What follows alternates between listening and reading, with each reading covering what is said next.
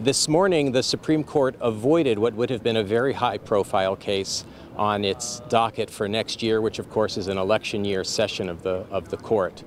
The justices were asked to consider an appeal from bakers in Oregon who refused on religious grounds to bake a cake for a lesbian couple's wedding.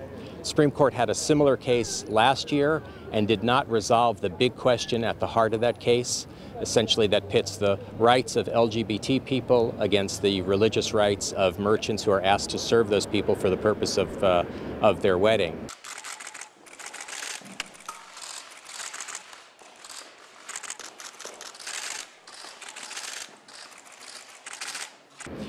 So the court again decided not to take that case today. Instead, it ordered a court in Oregon, which first ruled in the case, to take another look at it, which means that it probably won't be back at the court before next year. It's possible the issue could return to the court earlier than that in a case involving a florist in Washington, but that too might not come until the fall, and even if it comes then, it might not be considered and scheduled in time for next term. In fact, if the court decides it wants to decide this issue, it might wait actually until after the 2020 presidential election.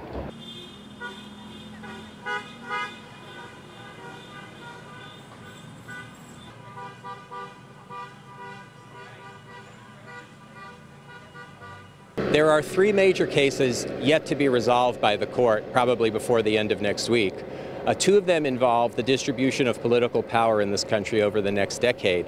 One of those involves what's called partisan gerrymandering, where one party controls the redistricting process and it tries to draw as many political districts as possible to benefit it at the expense of the other party. The other case involves whether there should be a citizenship question on the 2020 census. The Trump administration is seeking to add that question.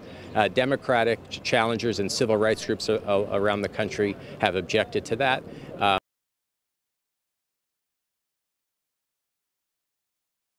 Both those cases are extremely important to the accumulation and distribution of political power, because the census figures are used to allocate seats among the states in the Congress, and they also form the basis for redrawing state legislatures and even local elected bodies around the country. In addition, the census, the population distribution among the states helps determine the allocation of billions of dollars in federal money every year. So those are both very closely watched cases.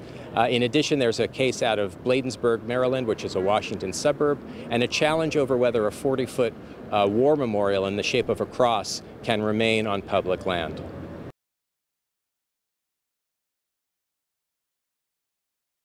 The court, while there have been several 5-4 decisions, they've not always been the typical 5 conservatives and 4 liberals. There have been some where a conservative justice crosses over, and there's also been some with unusual alignments of the justices.